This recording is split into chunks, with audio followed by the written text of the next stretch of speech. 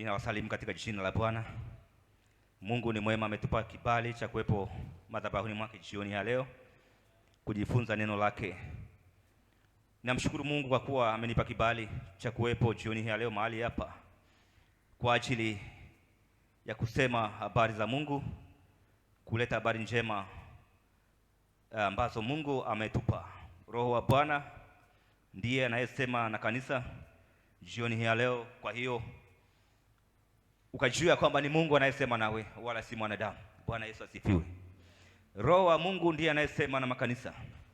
Hata jioni ya leo Roho wa Bwana anasema na wewe, maana ndiye anayejua haja ya moyo wako. Mungu analipeleka neno ili kutimiliza makusudi yake.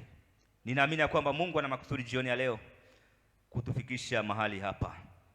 Niende kwa haraka. Neno la leo lazima likae fupi, lakini likakufae jioni ya leo. Bwana Yesu asifiwe.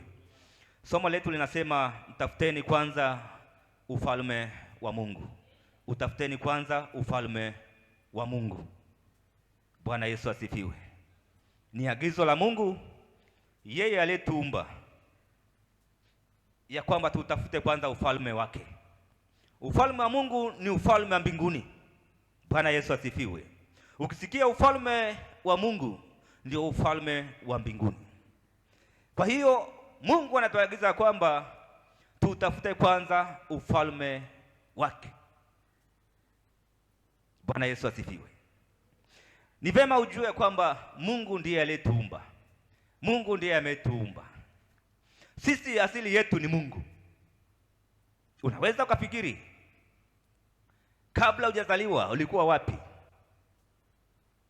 Kabla hujazaliwa ulikuwa wapi?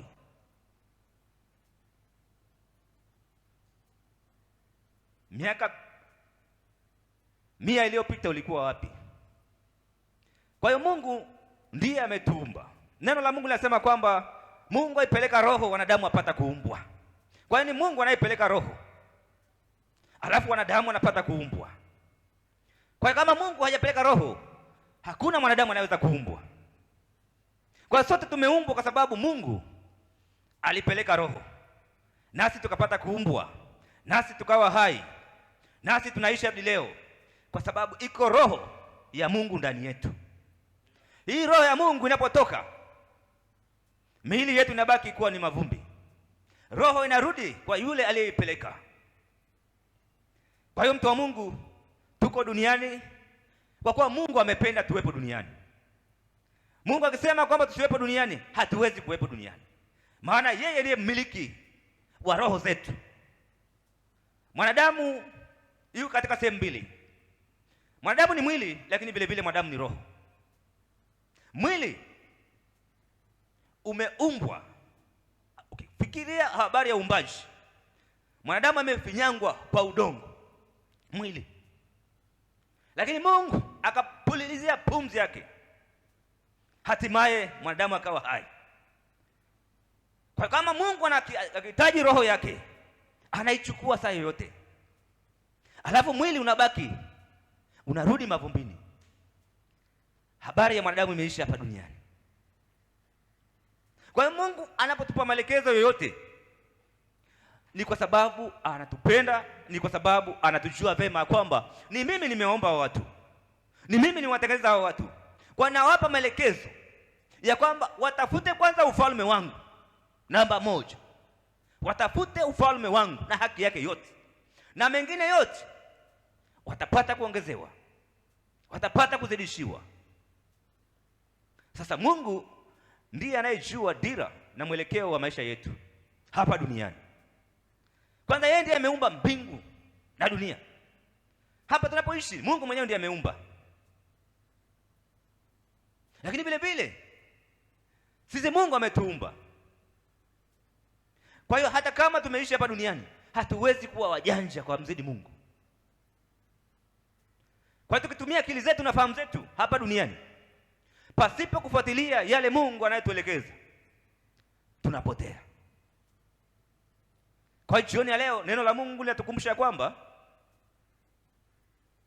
tutafute kwanza ufalme wa Mungu. Naomba tusome Mathayo 6 mstari ule wa 33. Neno la Mungu linasema kwamba bali utafuteni kwanza ufalme wake na haki yake, na hayo yote mtazidishiwa. Bali utafuteni kwanza ufalme wake. Ufalme wake nani? Ufalme wake Mungu, na haki yake, na hayo yote mtazidishiwa. Hasa hayo yote yapi ambayo mtazidishiwa?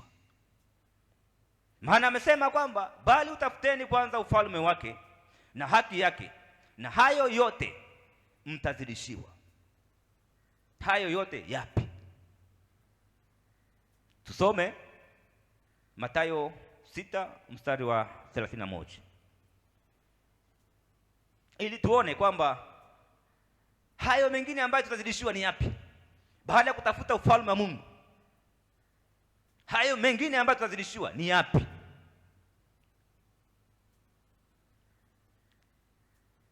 Mathayo 6:31. Maana hapa tunapewa maelekezo na aliyetuumba kwamba nimewaleta duniani, ni kweli, lakini namba moja, tafuteni kwanza ufalme wa Mungu, na hayo mengine mengi mnayohitaji mtaongezewa. Yapi? Anasema msisumbuke basi mkisema tule nini. Msisumbuke mkisema tule nini, au tunywe nini, au tuvae nini. Tusisumbuke, maana tukisumbuka na haya, hata mataifa nao wanayatafuta. Mataifa wenyewe wanahangaikia kwa habari ya chakula. Mataifa wasiomjua Mungu, wasiookoka, na wao wanahangaika kwa habari ya chakula wote. Na mataifa nao ambao hawajaokoka, ambao hawajamjua Mungu, nao wanatafuta kwamba wanywe nini, lakini vile vile wavae nini, kwa sababu haya ni mahitaji ya kila siku ya mwanadamu yoyote ambaye ameokoka au hajaokoka. Anahitaji kula, anahitaji kunywa. Hakuna mwanadamu asiyekunywa, hakuna mwanadamu asiyekula, hakuna mwanadamu ambaye hataki kuvaa. Kwa hiyo haya ukisoma utaona kabisa kwamba Biblia inasema kwamba hata mataifa nao wanahangaika kwa ajili ya haya. Kwa hiyo kwa watu wa Mungu, msisumbuke kwa habari ya kula, kunywa na kuvaa. Kwa watu wa Mungu msihangaike, maana mtu wa Mungu lazima utofautishwe kati ya watu wa Mungu na watu ambao ni mataifa. Lazima kuwe na demarcation, lazima kuwe na mtengano, kwamba hawa ni watu wa Mungu wanaomjua Mungu, waliokoka, lakini hawa ni mataifa ambao hawamjui Mungu. Jinsi ya watu wa Mungu wanapotafuta uchumi ni tofauti na watu ambao hawajamjua Mungu. Njia tofauti. Ambao hawajamjua Mungu wana njia zao za kupata uchumi, lakini watu waliokoka nao wana njia zao za kupata uchumi. Sasa kwa watu wa Mungu, Mungu anatuagiza kwamba tusisumbuke kwa habari ya chakula, tusisumbuke kwa habari ya kunywa, tusisumbuke kwa habari ya kuvaa, maana hayo hata mataifa wanahangaikia. Sasa anataka tujitenge, tusiwe sawa na wa mataifa, ili wa mataifa wajue kwamba sisi ni watu wa Mungu. Hebu tuwaache wahangaike na mambo yao, tuwaache wao wahangaikie chakula, wahangaikie masuala ya kula na kunywa na kuvaa. Sisi watu wa Mungu, sisi tupambane kutafuta ufalme wa nani? Ufalme wa Mungu. Bwana Yesu asifiwe. Tupambane watu wa Mungu kutafuta ufalme wa Mungu na haki yake. Hayo ni maagizo ya Mungu aliyetuumba, aliyetuweka hapa duniani, anayejua kwamba mwanadamu yote lazima ale. Mungu anajua. Mungu anajua kwamba tunatakiwa tuvae, Mungu anajua kwamba tunatakiwa tunywe, lakini anasema hayo tusiyahangaikie. Sisi tuhangaike kwa habari ya ufalme wake. Bwana Yesu asifiwe. Kwa nini ufalme wa Mungu? Ufalme wa Mungu ni nini? Ufalme wa Mungu na kitu gani mpaka tuhangaikie? Ukiangalia ufalme wa Mungu na utawala wa hapa duniani, serikali ya dunia hii ni kama utawala wa dunia hii ni kama umeiga system ya Mungu. Ukiangalia serikali ya Tanzania ina jeshi kwa habari ya ulinzi wa watu wake, lakini serikali inawajibika kwa habari ya amani ya watu wake. Lakini vile vile serikali inapambana watu wake wale. Ndio maana ikitokea njaa, serikali inagawa chakula. Ni jukumu lake kuhakikisha kwamba watu wake wanakula, watu wake wana amani. Lakini vile vile uchumi wa nchi yake, uchumi wa watu wake unakuwa vizuri. Ndio maana watu wanapewa mikopo. Kwa nini serikali inatoa mikopo kwa watu wake? Ili uchumi wa watu wake uwe vizuri. Wakati huo huo wameiga system ya mbinguni, ufalme wa mbinguni. Mbingu inawajibika kwa habari ya kula kwako, kwa kuwa Mungu ni Baba. Bwana Yesu asifiwe. Mungu ni Baba. Kama Mungu ni Baba, baba yoyote anawajibika kwa habari ya chakula kwa watoto wake.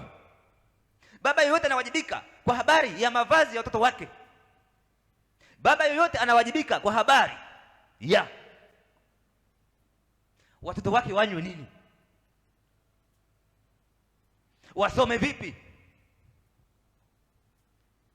lakini watoto wake wawe na amani. Hayo majukumu ya baba wa dunia hii. Lakini vile vile baba yetu aliye juu mbinguni anawajibika kwa habari ya kwetu, kwa habari ya kula, kunywa, kuvaa. Anawajibika, maana yeye ndiye ametuumba, yeye ndiye ametuweka hapa duniani, hatuna mwingine. Bwana Yesu asifiwe. Ni Mungu. Hivi unajua kwani mwanzo mwanadamu alikuwa anavaa nguo? Hakuwa havai. Kwa hiyo Mungu chochote alichokiweka hapa duniani amekusudia kama kifanyike. Kwa nini sema watu wa Mungu kwamba Mungu anaposema kwamba msisumbukie kwa mtakula nini, mtakunywa nini, mtavaa nini, hayo anajua kwamba ni majukumu yake, na hayo yanapatikana ndani ya nini? Ufalme. Maana ufalme wote lazima uhakikishe kwamba watu wake wana chakula. Ufalme wote au serikali yote lazima ijue kwamba watu wake wanakula nini, wanavaa nini. Bwana Yesu asifiwe. Kwa nini serikali ya Tanzania iliruhusu mitumba kipindi cha mzee wa Ruksa? Aliruhusu mitumba. Kwa nini? Hali ya watu ilikuwa ni ngumu. Watu walikuwa wanavaa nini? Wale wa mama wetu wanajua. Kabla ya mitumba hali ilikuwaje? Napanga foleni kutafuta kanga, kutafuta vitu gani? Lakini serikali ikaona kwamba hii hali ni ngumu, turuhusu nguo zije kutoka nje ili watu wake wapate nguo wavae. Ni wajibu wa serikali kuhakikisha kwamba watu wanavaa, watu wanakula. Bwana Yesu asifiwe. Naunganisha ufalme wa Mungu na serikali ya dunia hii kwamba vinafanana, ni ufalme. Bwana Yesu asifiwe. Bwana Yesu asifiwe. Sasa neno ni moja ya kwamba tuko katika wiki ya uchumi, wiki ya uchumi, lakini tunafundishwa kwamba tusihangaikie kula, kunywa wala kukuvaa. Tuhangaikie kwa habari ya ufalme. Kwa hata uchumi wetu ambao tunao, uchumi wetu ambao tunapambana kupata, kwanza tujue kwamba uchumi wetu ni kwa ajili ya Mungu. Uchumi wetu ni kwa ajili ya ufalme. Bwana Yesu asifiwe. Uchumi wetu ni kwa ajili ya ufalme, kwa sababu ufalme ndio unaoleta uchumi. Bwana Yesu asifiwe. Kama ufalme unatupa uchumi, lazima tusikilize uchumi wetu tumepewa na ufalme. Je, ufalme unasema nini kwa habari ya uchumi? Ufalme ukitaka kwamba fedha yake itumike kwa ajili ya ujenzi wa kanisa, lazima fedha iende. Bwana Yesu asifiwe. Fungu la 10 lazima tutoe. Ni agizo la ufalme. Kama unapata uchumi kupitia ufalme wa Mungu, fungu la 10 lazima. Hutaki, basi labda upate uchumi kwa njia nyingine ambazo si za ufalme. Maelekezo ya ufalme kwamba ili uweze kubarikiwa, ili mbingu zipate kufunguliwa, madirisha ya mbinguni yapate kufunguliwa, na baraka nyingi na nyingi zipate kuajilia, basi toeni fungu la 10. Tutoe fungu la 10 jamani, watu wa Mungu. Bwana Yesu asifiwe. Yaani hapa ni lazima, kwa kuwa tumekubali kwamba uchumi wetu utokane na ufalme wa Mungu. Lakini vile vile uchumi tulio nao, kwa kuwa unatoka kwa Mungu aliye mfalme mkuu,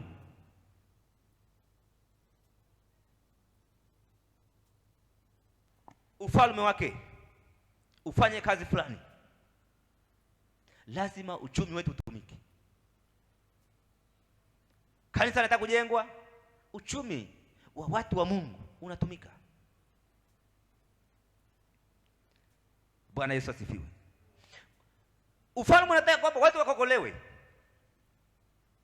Watu wamenyanyaswa, wana nguvu za giza, watu wamefungwa na vifungo mbalimbali. Ufalme unaangalia kwamba hapana,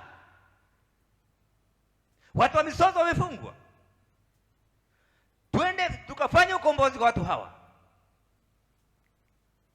Uchumi wa kanisa ndio utakaotumika kwa habari ya kupeleka injili misozo. Bwana Yesu asifiwe. Ni uchumi wa watu wa Mungu, lazima utumike kwa habari ya ufalme. Kwa hiyo fedha ya ufalme inazunguka, inatumikia ufalme. Ukitaka uipate hela vizuri, lazima tumika kwenye ufalme. Mungu anakupa fedha, anajua kwamba hii fedha nimempa, lakini ukweli huyu mtu kwa kuwa ni ndani ya ufalme, nikitaka peleka injili atapeleka, nikitaka jenga kanisa atajenga, kwa sababu huyu ni mtu wa ufalme. Bwana Yesu asifiwe.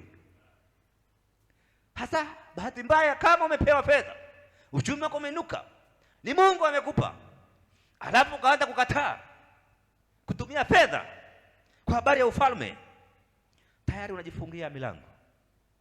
Unajifungia milango, ndio inakuja kwamba mnakula hamshibi, mnakuwa na fedha nyingi mfukoni, mnaweka fedha kwenye mifuko iliyotoboka. Kwa nini? Kwa sababu hizi fedha hazijatumika kwa habari ya nini? Ufalme. Bwana Yesu asifiwe. Kwa hiyo ndani ya wiki hii tunazungumzia habari ya uchumi. Uchumi wa kanisa ni uchumi wa Mungu. Bwana Yesu asifiwe. Unajua kanisa ni mwili wa Kristo, ni mwili wa Kristo, lakini ili mwili ufanye kazi, lazima kuwe na roho. Bwana Yesu asifiwe. Ndio maana tunaomba Roho wa Mungu afanye kazi pamoja na kanisa. Maana kama ni mwili usio na roho umekufa. Kwa ili tuweze kufanya kazi vizuri ya Mungu, ndio maana tunamuomba Mungu atupe roho wake. Sisi kama kanisa tunapoifanya kazi yake, tusifanye wenyewe, twende na roho wa Mungu, kwa sababu mwili wa Kristo huu ni mfumo, ni mfumo. Hakuna roho, mwili haufanyi kazi. Kwa lazima kuwe na connection kati ya Mungu na mwanadamu. Mungu na mwanadamu ni mfumo ili ufanye kazi. Lazima uchumi wa Mungu uje kwa mwanadamu, ili mwanadamu atumie fedha kwa ajili ya ufalme. Bwana Yesu asifiwe. Kwa sema msisumbuke basi mkisema tule nini. Sio kwamba usilime, sio kwamba usitafute fedha, lakini namba moja, kwanza tupambane na nini? Na ufalme. tutafute ufalme wa Mungu kwa bidii zote. Ndio maana nasema kwamba mjue sana Mungu. Mungu ni mfalme mkuu. Mjue sana Mungu, ndipo utakapopata amani. Kwa habari ya chakula, usihangaike, utapata amani tu, utapata chakula tu, kwa sababu mfalme anajua kwamba mtu wangu asipokula hata kuwa na amani, mtu wangu asipovaa hata kuwa na amani. Tutafute ufalme kwanza. Unajua kwa sababu gani? Unaweza ukahangaikia chakula, lakini usimhangaikie anayesababisha hicho chakula kiwepo. Unaweza ukahangaikia nguo, ukasahau huyu anayesababisha hizo nguo ziwepo. Unaweza ukahangaikia kwamba unakunywa nini, ukasahau yeye anayesababisha hivyo vitu vya kunywa vipatikane. Hata kama ni maji, kama si Mungu maji hamna. Kama si Mungu chakula hamna. Mara ngapi ukame umetokea? Ukame, watu wakalima mashamba na mashamba, kame ukatokea, mazao yakafa yote. Kwa nini? Ukame unapotokea mifugo inakufa, mazao yanakufa, yananyauka. Kwa nini watu wanakimbilia Mungu, kumuomba Mungu? Kwa nini tena? Kwa nini watu wasitafute kwanza ufalme ili wawe na uhakika na ufalme? Kwa sababu ufalme utahakikishia kwamba lazima chakula kipatikane. Mungu anajua kwamba ili chakula kipatikane lazima mvua inyeshe. Mungu anajua. Hata tunaweza tukaenda wenyewe tukahangaikia chakula, tukalima maika na maika, lakini ukame ukatokea. Bila ufalme hakuna kuvuna. Bwana Yesu asifiwe. Tunaweza tukafanya biashara mno, lakini kama ufalme haupo, vita ikatokea. Maana ufalme unalinda, unaleta amani. Ufalme unawajibika kwa habari ya amani. Hata tukimwacha mfalme mwenye uwezo wa kulinda, mwenye kuleta amani, vita vikatokea. Una biashara zako, vita vikitokea, si unajua inachotokea? Yaani kila mtu anachukua chake. Kila mtu anachukua chake. Hakuna kusema kama duka la fulani hili. Kila mtu anachukua.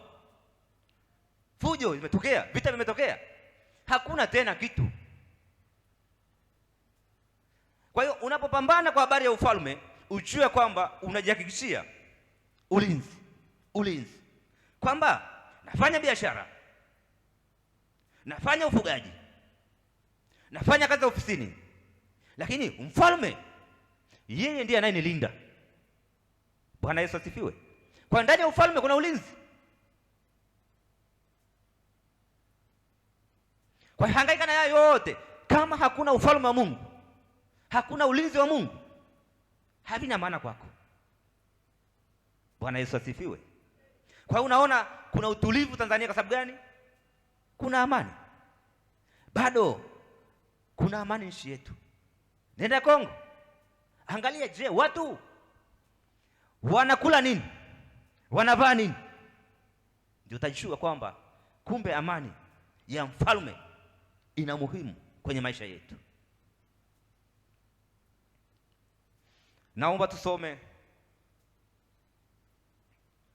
Mathayo 6:9 na kuendelea. Mathayo 6. Sasa kwa kuwa tumeambiwa kwamba tutafute ufalme wa Mungu kwanza, na hayo mengine tutaongezewa. Kwa nini tutafute ufalme wa Mungu? Kwani ufalme wa Mungu uko wapi? Bwana Yesu asifiwe. Kwa nini ufalme ni wa kutafuta tena? Pale Edeni ndiko mambo yaliharibika. Katika anguko la Adamu katika bustani ya Edeni, pale mambo yaliharibika. Mwanadamu alikuwa amepewa uwezo, mamlaka ya kutawala na kumiliki kila kitu ambacho Mungu aliumba. Kwa ina maana ufalme wa Mungu ulikuwa pamoja na mwanadamu katika swala zima la kumiliki na kutawala. Ufalme wa Mungu ulikuwepo.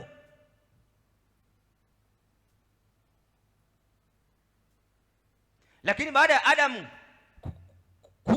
kuingia katika anguko, Shetani alichukua ile nafasi ya uungu, ile nafasi ya ufalme kwa mwanadamu. Ndio maana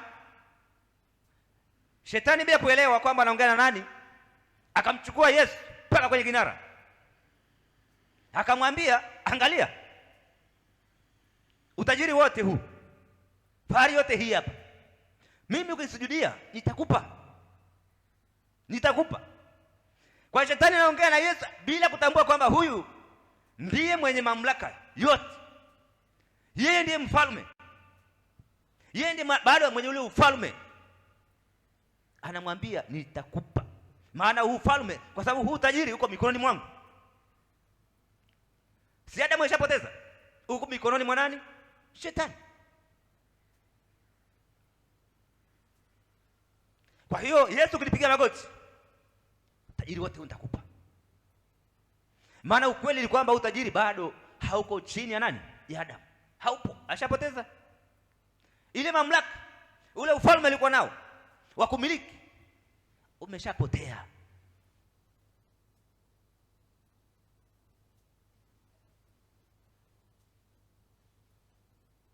Dhambi inaweza ikapoteza ule uwezo wa kumiliki, wa kutawala uchumi. Unaweza kutenda uovu ukajikuta biashara yako inaisha. Unaweza kufanya uovu ukashangaa kile unachokifanya hakiendi. Kwa sababu gani? Huna mamlaka tena ya kumiliki.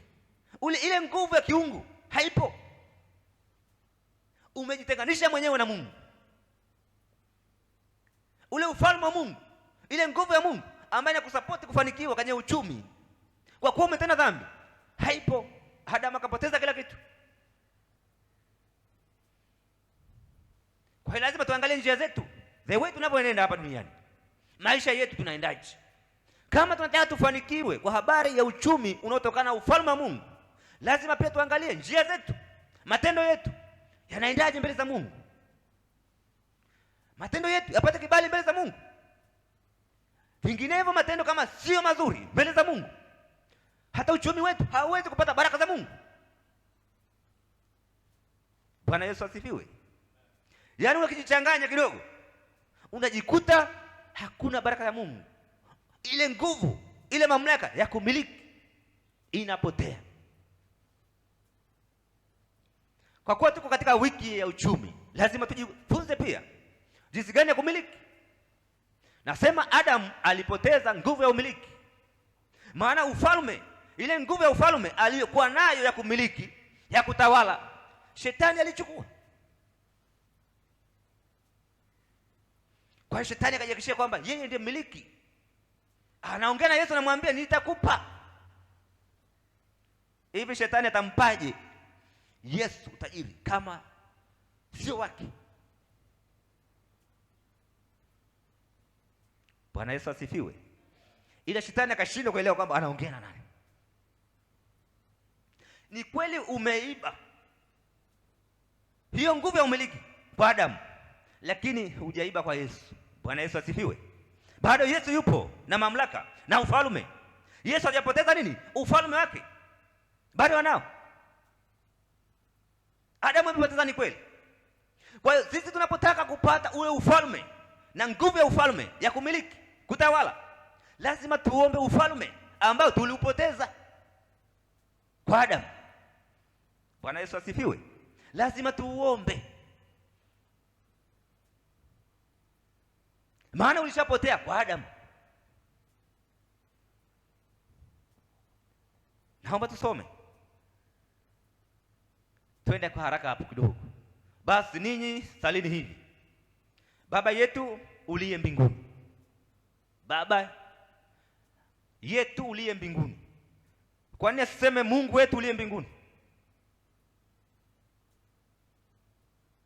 Mungu wetu uliye mbinguni. Kwa nini aseme Baba? Anataka kuleta uhusiano na Mungu. Bwana Yesu asifiwe. Kwamba unaposema Baba, tayari unajenga uhusiano kwamba wewe ni mtoto. Bwana Yesu asifiwe.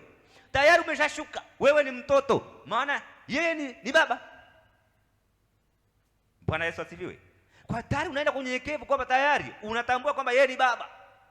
Unatengeneza uhusiano na Baba. Kumbuka huyu Baba ushamkosea siku nyingi, na ufalme aliyokupa na nguvu ya kumiliki huna.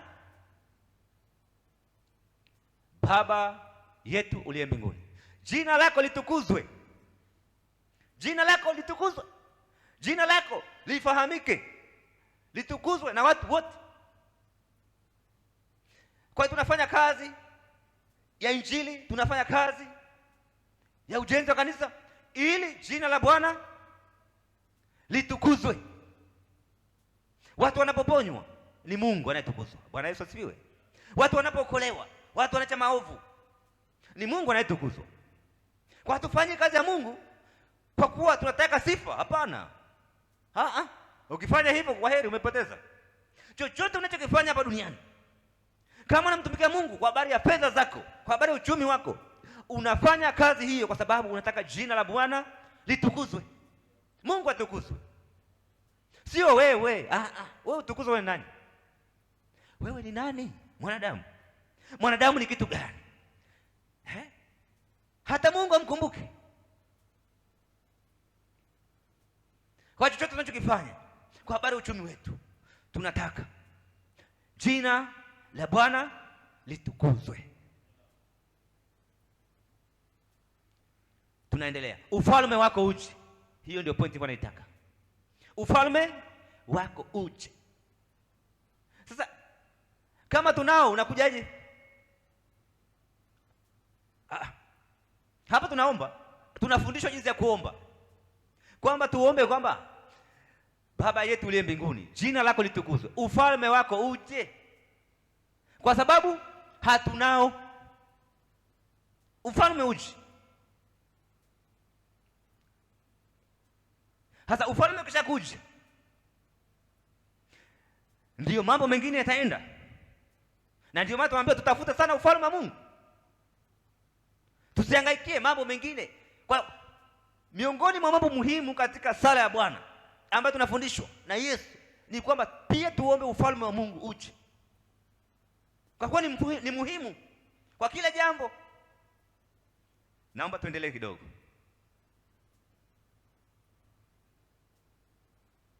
Mapenzi yako yatimizwe.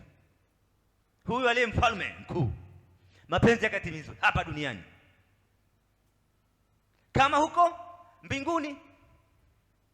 Mapenzi yake yatimizwe hapa duniani kama huko mbinguni, kwamba chochote tunachokifanya hapa duniani kisipishane na wapi? Na mbingu.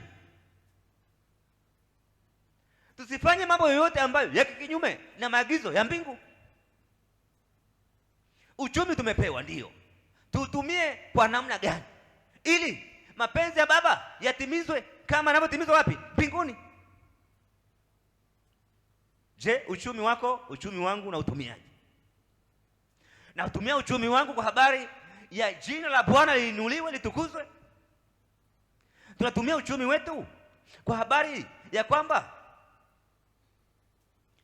tunaenenda sawa sawa na mapenzi ya Mungu? Kwa maana nasema mapenzi yako yatimizwe hapa duniani kama huko mbinguni. Tunatumia uchumi wetu katika kutimiza mapenzi ya Mungu, au tutatumia uchumi wetu kutimiza mapenzi ya Shetani? Uchumi wako unatumikaje? Fedha yako inatumikaje? Lazima ujiangalie. Kumbuka, ni fedha unayoipata kutoka kwenye ufalme wa Mungu. Unajua wale wanaopata fedha kutoka kwenye ufalme mwingine wa Shetani kule, wao wana mambo yao, na wao wana mambo yao, fanya 1 2 3. Sasa sisi tunapewa maelekezo na Mungu. Naomba tuendelee.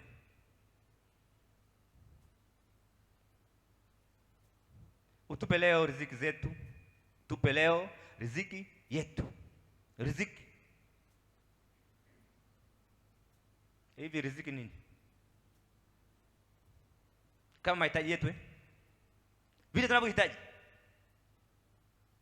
Nani atupe? Kwa kuwa ametuambia sisi tusihangaike, yeye atupe. Bwana Yesu asifiwe. Yeye atupe. Tuendelee.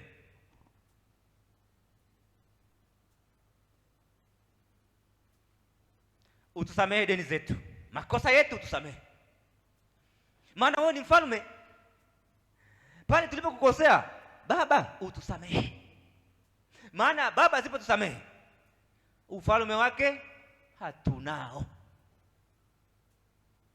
Kama tumefarakana na Mungu, atusamehe ili ufalme wake uje.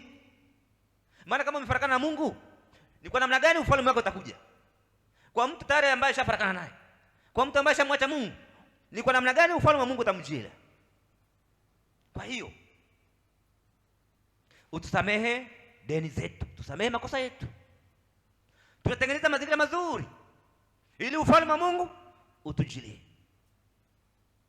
Kama sisi nasi tunawasamehe, kama nasi tuwasameheavo wadeni wetu, kwa lazima sisi tusamehe ili Mungu naye apate kutusamehe. Kama usamehe, uko nje ya mfumo, uko nje ya system ya Mungu. Kama usamehe, maana nawe hutasamehewa, na kama hutasamehewa ni kwamba uko nje ya ufalme. Kwa nguvu ya ufalme ya kukusapoti mambo yako haipo kwako. Tuendelee. Na usitutie majaribuni. Majaribu yapo. Mungu mfalme mkuu atuepushia majaribu, lakini utuokoe na yule movu. Movu yupo tena, anatafuta watu. Utuokoe na yule movu, kwa kuwa ufalme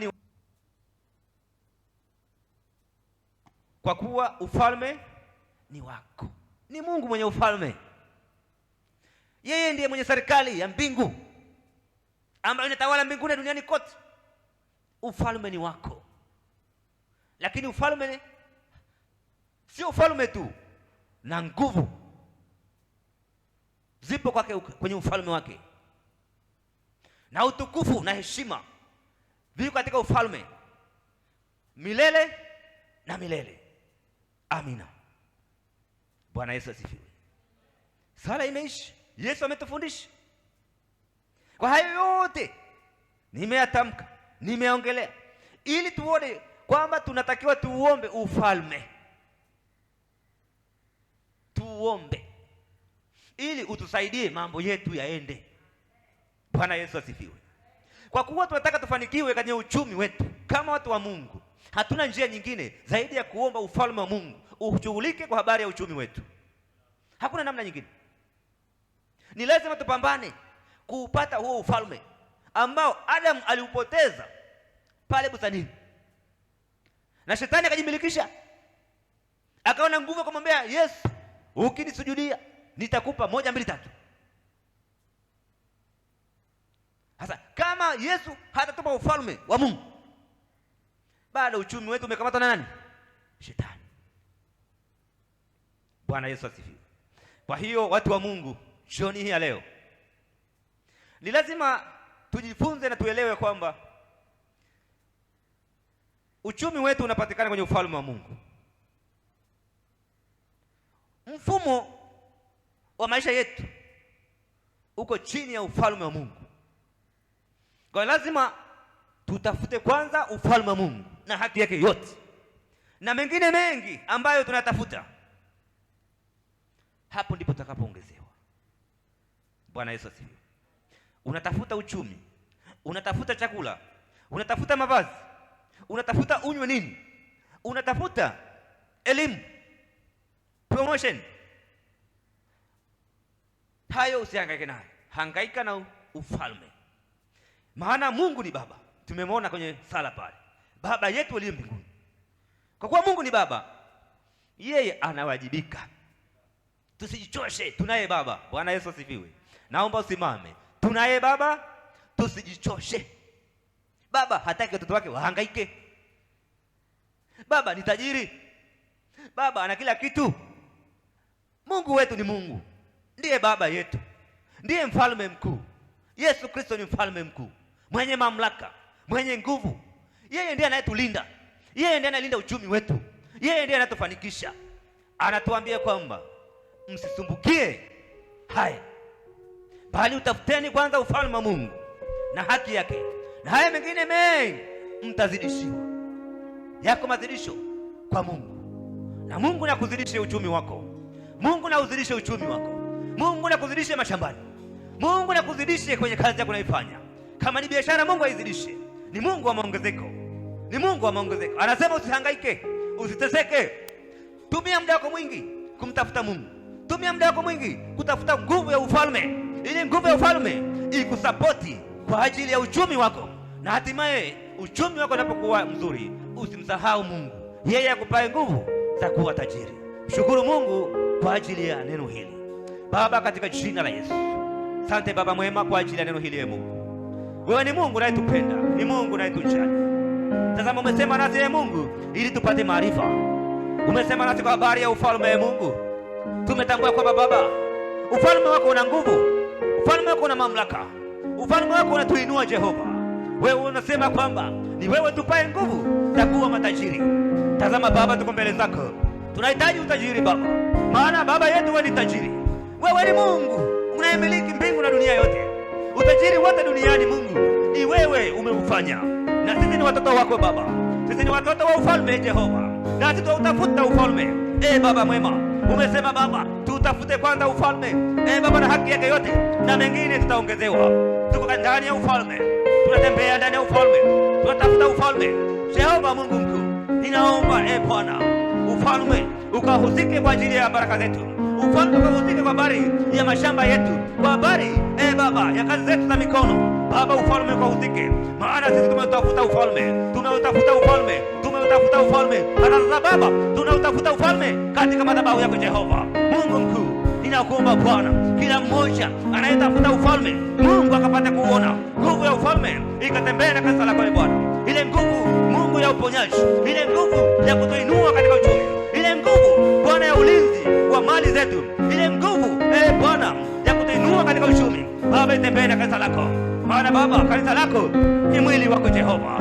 Ninakusifu, ninakutukuza kwa kuwa Baba umesema nasi Jehova. Neno lako ni uzima, neno lako ni hai Baba. Neno hili likaleta uzima na uhai ndani yetu Bwana.